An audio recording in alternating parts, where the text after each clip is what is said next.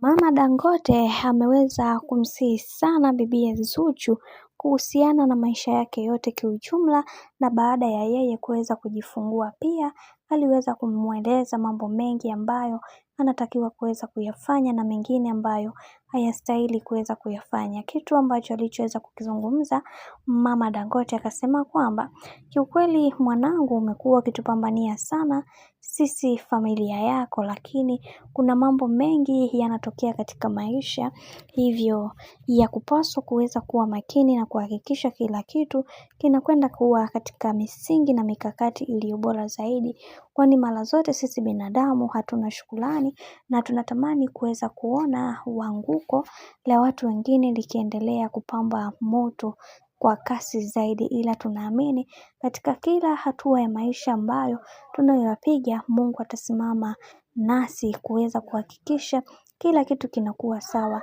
na tunaamini kwenye hiki kinachoendelea sasa Mungu atakuwa upande wako, lakini na kuombea kila wakati Mungu aendelee kukusimamia na kukupigania, kwani wewe ni mtu mwema sana kwetu na una thamani kubwa katika maisha yetu. Umekuwa ukimuongoza Diamond Platnumz kwa hali na mali, licha ya dharau, kejeli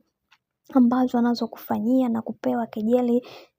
na maneno machafu na watu tofauti tofauti, lakini bado umekuwa upande wake na bado haukukata tamaa. Kwa upande wake ulihakikisha kila kitu kinakwenda kuwa sawa. Hicho ndio kitu pekee ambacho unachojivunia kutoka kwako. Mungu atakupigania katika kila hatua ya maisha ambayo unayoyapitia, kwa sababu wewe ni mwanamke pekee mwenye utu ndani yako, hivyo yatupaswa kuweza kuhakikisha na kupa thamani yako kwa namna yoyote ile ambayo mimi naifahamu. Ila najua kuna mambo mengi umekuwa ukipitia katika maisha, ila naamini kila kitu kitakwenda kuwa sawa, na naamini kwa uwezo wa Mwenyezi Mungu, Mungu atasimama nawe kwa upande wako, na naamini hili lote linatokea kwa sababu, ila Mungu ataendelea kukupigania na kukusimamia, kwa sababu wewe ni bora zaidi kuliko wengine, na natamani kuweza kuona ukifika mbali zaidi. Bwana, huo ndo ujumbe Mama Dangote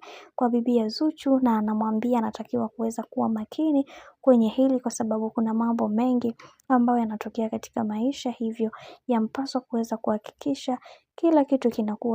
kinakwenda kuwa sawa, na wengi wao wanaamini kwenye hili kila kitu kitasimama mwake, na kuhakikisha kila kitu kinakuwa katika misingi na mikakati iliyo imara zaidi, na hicho ndio kitu pekee ambacho